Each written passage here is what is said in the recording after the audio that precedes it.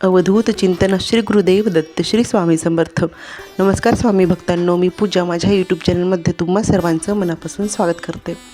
तर आज आपण या व्हिडिओमध्ये पाहणार आहोत की स्वामींच्या प्रगट दिनानिमित्त कोणता अध्याय तुम्हाला पठण करायचा आहे आणि या अध्यायाचे पठण करून स्वामींची कृपा मिळवायची आहे.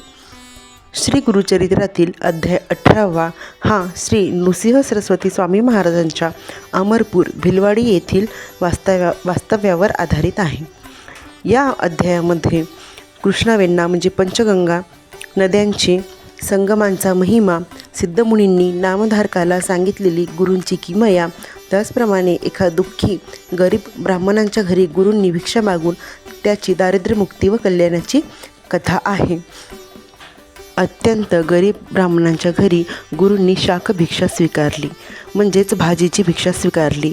त्यानंतर ब्राह्मणीने आपल्या दारात असलेल्या घेवड्याच्या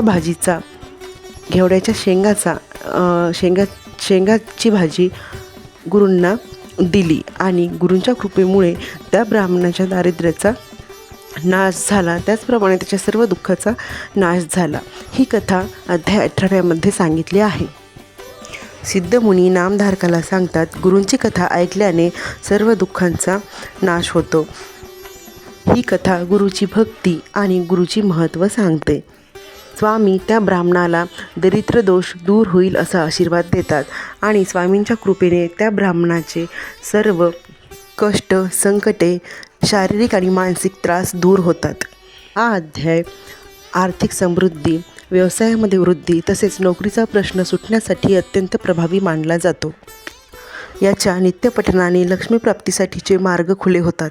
जर तुम्हालाही असे काही त्रास असतील तर कमेंट बॉक्समध्ये श्री स्वामी समर्थ लिहायला विसरू नका आणि स्वामी प्रगट दिनांच्या दिवशी किंवा आतापासून म्हणजे आजपासूनच हा अध्याय स्वामी प्रगट दिनापर्यंत किंवा त्यानंतर हे तुम्ही जरी पठण केला तर त्याचे खूप फायदे आहेत. बघा, सेवा ही कधीही वाया जात नाही. आपल्याला सेवेचा बँक बॅलन्स वाढवायचा आहे. त्यामुळे तुम्ही आजपासून जरी सुरुवात केली आणि तुम्ही नेहमी जरी हे पठण करत राहिला तरी पण खूप छान फळ तुम्हाला याचे मिळणार आहे. तरी आपले आर्थिक संकटे, आपले दुःख, त्रास, शारीरिक मानसिक व्याधी इत्यादीसाठी हा जो अध्याय आहे तो प्रभावी मानला जातो. त्यापैकी तुम्हाला जो पण काही त्रास असेल तर कमेंट बॉक्समध्ये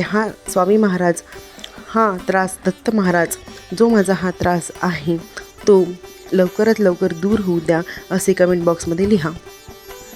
आणि ही सेवा म्हणजे अध्याय 18वा याची सेवा तुम्ही नक्की करा.